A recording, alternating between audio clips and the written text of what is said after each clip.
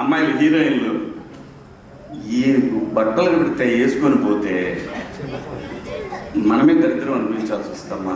ఏమనుకోవద్దు, హీరోయిన్లు అందరూ మీరు అనుకున్నా నాకు పోయేది లాగి పీకుతాం మనం, అది వేరే విషయం. కానీ కానీ మీ అందం చీరలోనూ, మీ అందం నిండుగా కప్పుకునే బట్టల్లోనే ఉంటుంది తప్పితే సామాను కనపడే దాంట్లో ఏముండదు.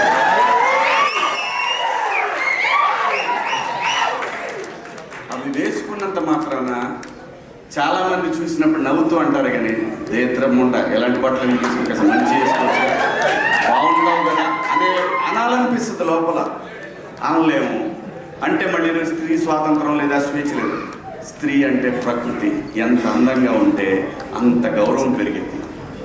ఈ ప్రకృతి అద్భుతంగా ఉంటుంది. అలాగే స్త్రీ మా అమ్మ చక్కగా ఎప్పటికీ గుండెల్లో కనపడతా ఉంటుంది, ఒక సావిత్రమ్మ కానీ ఒక సౌందర్య కానీ.